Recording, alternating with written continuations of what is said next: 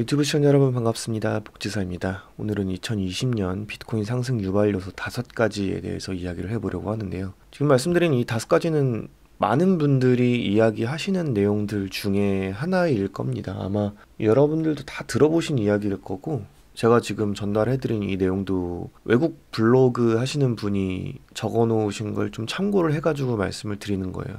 제가 국내 사정에 맞게 조금 변화를 주긴 했는데 아마 대부분의 내용은 다 비슷할 것 같아서 제가 좀 공유를 해드리고자 합니다. 그래서 2020년 비트코인 상승 유발 요소 5가지, 그 첫 번째가 비트코인 반감기입니다. 2020년 비트코인 가격 상승 요인으로 가장 자주 언급되는 것들 중 하나인 이 비트코인 반감기. 비트코인은 대략적으로 4년에 한 번씩 반감기가 오는 것으로 알려져 있습니다. 그래서 여러 언론들에서는 이번 비트코인 반감기가 2020년 5월 중순이 될 것이다 라고 알려져 있는데요. 비트코인이 반감기를 갖는 목적은 공급량을 조절하기 위함입니다. 계속해서 시장에 풀리게 되면 안 되니까 세상 빛을 보게 되는 수량을 조절하는 겁니다. 새로운 비트코인이 세상에 나오게 되는 속도가 절반으로 늦춰지면서 늘어나는 수요에 공급량이 맞춰지지 않게 되겠죠. 수급의 균형이 이루어지지 않기 때문에 가격 상승이 일어날 것이라는 게 반감기 상승 기대에 대한 주 골자입니다. 근데 반감기가 온다고 해서 즉각적으로 가격 상승이 올 것이라고 기대하면 좀 어려운 게, 첫 번째 반감기였던 2012년도 11월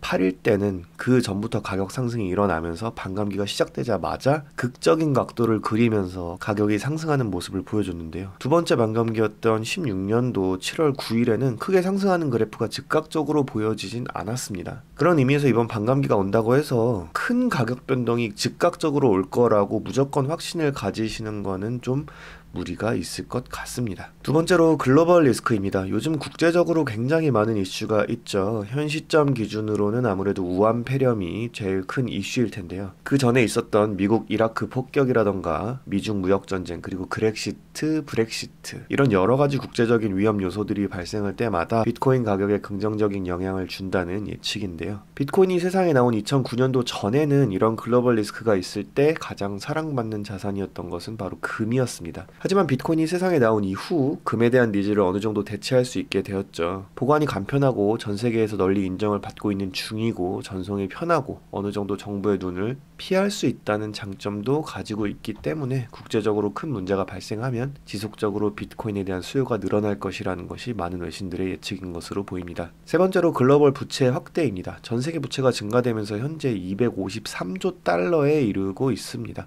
경제가 지속적으로 성장하게 된다면 이런 국가 부채가 생겨나는 것은 금융이 발달한 나라에서는 사실 당연할 수 있는 부분인데요. 저성장 현상을 겪는다면 다소 위험할 수 있는 리스크적인 요소입니다. 이런 상황에서 시장의 현금이 더 풀리게 된다면 화폐 가치가 떨어지게 될 것은 자명합니다. 자, 그러면 아까 전 두 번째 항목에서 나왔던 이야기인데요. 화폐 가치가 떨어지는 것을 해지하기 위해서 현금을 갖고 계신 분들은 어떤 선택을 하게 될까요? 자, 생각을 해보세요. 내가 가지고 있는 현금의 가치가 떨어질 것을 회피하기 위해서 무언가 자산에 묻어두는 현상이 발생을 할 겁니다. 그래서 본인의 손해를 줄이려고 하겠죠. 대한민국에서는 이런 역할을 하는 자산의 대표격이 되는 것이 부동산인데요. 전 세계적으로 보았을 때는 실물 자산의 선봉장인 금, 은이 가장 우선적으로 고려가 될 것입니다. 하지만 금, 은은 여러분들도 아시다시피 보관이나 이동이 불편하죠. 그런 의미에서 보관이 편리하고 가치 저장과 전송의 강점을 띠는 비트코인으로 또는 암호화 자산 시장으로 자금이 흘러들어올 수 있을 것이라는 것이 세 번째 예측입니다.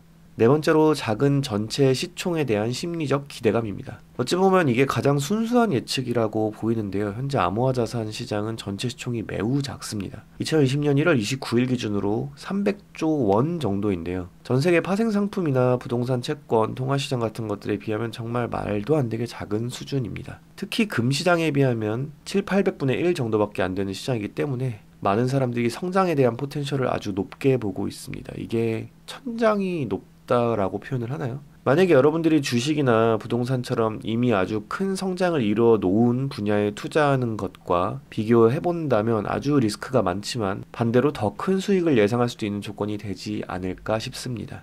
이런 걸 양날의 검이라고 하죠. 마지막으로는 ETF에 관한 건인데요. ETF가 승인되면 암호화 자산이 제도권으로 들어온 것이다 라고 봐도 무방할 것으로 예상이 됩니다. 아무래도 ETF가 승인되면 지수 상품들이 공식적으로 판매가 되기 시작하면서 기관 자금을 필두로 여러 신규 자본들을 끌어당기는 원동력이 될 수 있습니다. 2020년에 ETF 승인이 이루어진다면 그야말로 내놓은 자식이 금이 환영해서 집에 돌아와서 효자 노릇을 하는 그런 형태가 되지 않을까 개인적으로 예측을 해봅니다. 뭐 사실 개인적인 생각이지만 제가 이걸 얘기하면서도 사실 제 예측이 틀렸으면 하는 바람이 있거든요. 저는 2020년도 그렇게 아주 큰 폭으로 드라마틱하게 상승하지는 않을 거라고 생각을 해요. 저는 그게 2020년 말부터 2021년 중반기 정도가 되지 않을까라는 생각을 해보는데 제 생각이긴 하지만 이게 틀려서 그냥 2020년에 쭉 갔으면 하는 바람이 있긴 합니다. 여러분들도 저랑 같은 생각이시겠죠?